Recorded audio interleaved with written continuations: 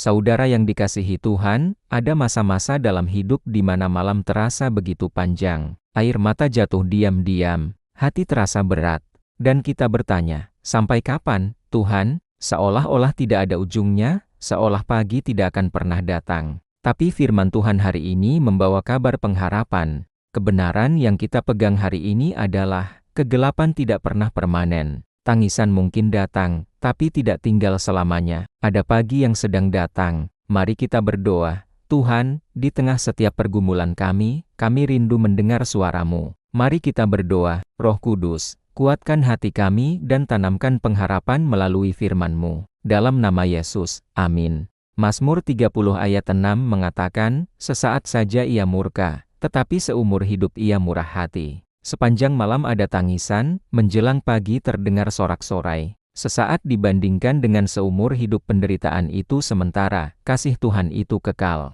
Seberapa gelap pun malam itu, matahari pasti terbit. Dan saat matahari terbit, kegelapan tidak bisa bertahan.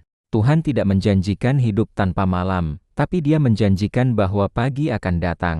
Kegelapanmu punya batas waktu, pagi Tuhan pasti datang tepat pada waktunya. Tetap percaya, karena pagi itu pasti datang. Mazmur ini ditulis oleh Daud, yang mengalami banyak naik turun dalam hidupnya. Dia pernah dikejar musuh, jatuh dalam dosa, mengalami penderitaan, namun dia juga mengalami pemulihan Tuhan. Tujuan Mazmur ini adalah untuk menunjukkan bahwa kasih setia Tuhan lebih besar daripada penderitaan sementara. Frasa penting dalam ayat ini. Sepanjang malam ada tangisan, malam melambangkan masa penderitaan, kesedihan, dan ketidakpastian. Menjelang pagi terdengar sorak-sorai, pagi melambangkan pemulihan, sukacita, dan pertolongan Tuhan. Kata sesaat dibandingkan dengan seumur hidup menunjukkan kontras yang kuat.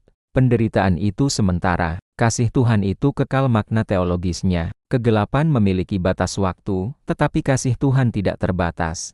Kita melihat contoh terbesar dalam hidup Yesus Kristus. Dia mengalami penderitaan, Dia disalibkan, Dia mati. Itu adalah malam yang paling gelap dalam sejarah. Tapi cerita tidak berhenti di sana. Pada hari ketiga kebangkitan terjadi. Pagi itu datang, kematian dikalahkan, dan harapan dipulihkan. Nelson Mandela menghabiskan 27 tahun di penjara. Bayangkan 27 tahun dalam malam. Tapi dia tidak menyerah. Dan akhirnya, dia keluar, bukan sebagai tahanan, tapi sebagai presiden. Malamnya panjang, tapi tidak selamanya. Saudara, mungkin hari ini kita sedang berada dalam malam. Masalah keluarga, tekanan hidup, kehilangan, kekecewaan.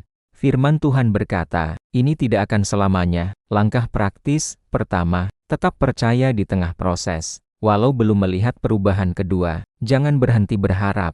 Karena pagi pasti datang. Ketiga, dekat dengan Tuhan setiap hari. Sumber kekuatan kita tantangan. Yang sering kita alami, pertama, merasa keadaan tidak akan berubah. Kedua, kehilangan harapan.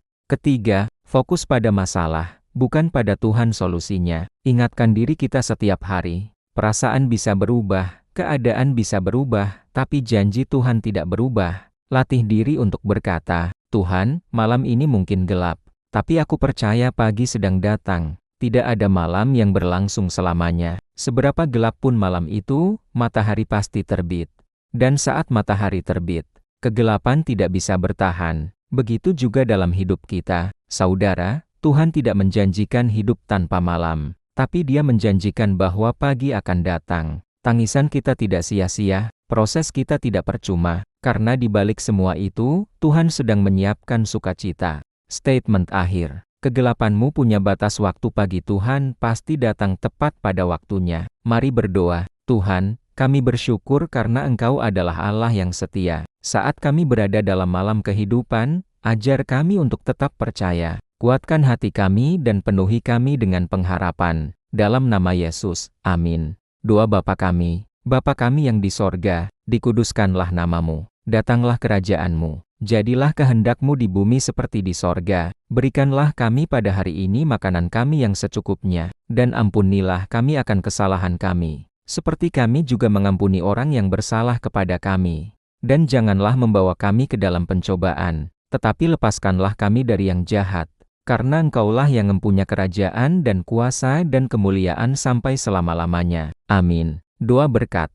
Kiranya Tuhan memberkati engkau dan melindungi engkau. Kiranya Tuhan menyinari engkau dengan wajah-Nya dan memberi engkau kasih karunia. Kiranya Tuhan menghadapkan wajah-Nya kepadamu dan memberi engkau damai sejahtera. Amin. Jika renungan ini memberkati, jangan lupa untuk like, komen, share, dan subscribe, supaya semakin banyak orang dikuatkan oleh firman Tuhan. Terima kasih sudah meluangkan waktu. Tuhan memberkati setiap langkahmu hari ini. Tetap percaya karena pagi itu pasti datang. Harapan di tengah kegelapan itu bukan sekadar positive thinking, tapi God-centered thinking. Selama ada Tuhan, gelap itu cuma latar belakang buat mukjizat-Nya yang luar biasa. Don't be afraid of the dark, just keep your eyes on the light.